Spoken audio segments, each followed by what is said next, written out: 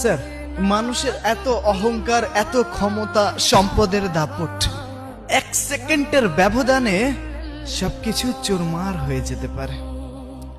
আচ্ছা ধরুন আপনি কোনো একদিন মারাই গেলেন, সেই সকালটা কেমন হবে?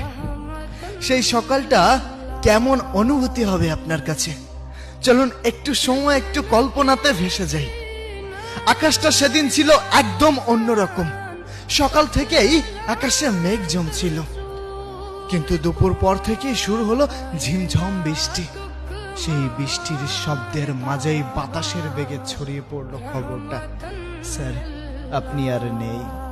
খবরটা শুনেই আপনার পরিচিত শহরটা যেন হঠাৎ করেই থমকে গেল।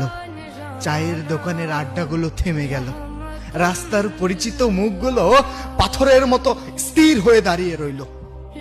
কারো বিশ্বাসই হচ্ছে না যে প্রাণ শক্তিতে ভরপুর মানুষটি হঠাৎ স্তব্ধ হয়ে এভাবে চলে যেতে পারে। আপনার নিথর দেহটা যখন উঠানে রাখা, আপনি তখন উপর থেকে সবকিছু দেখছেন। অদ্ভুত এক অনুভূতি। আপনি সবাইকে দেখতে পাচ্ছেন, তাদের কান্নার শব্দ শুনতে পাচ্ছেন, কিন্তু কাউকে ছুঁতে পারছেন না। বলতে পারছেন না আমি তো এখানেই আছি, তোমরা কেন কান্না করছো? তোমরা কেন কান্না করছো?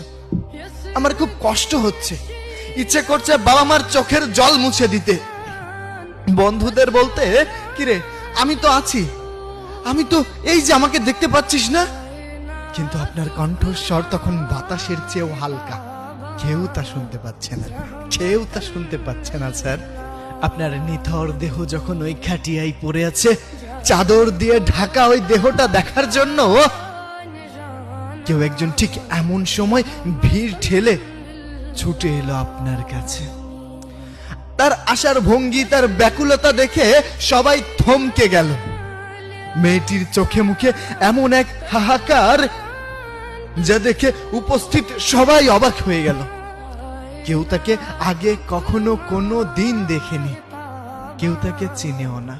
সে কোনো লৌকিকতার তোয়াক্কা না করলো, আপনার শিওরে বসে অঝরে কাঁদতে শুরু করলো।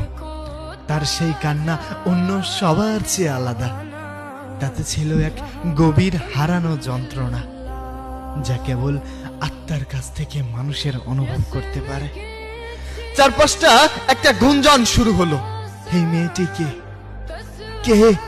আগে তো কখনো কোনো দিন কেউ দেখেনি। মানুষের অবাক করা চাহনি তাকে একটুও ঢলাতে পারল না। সে যেন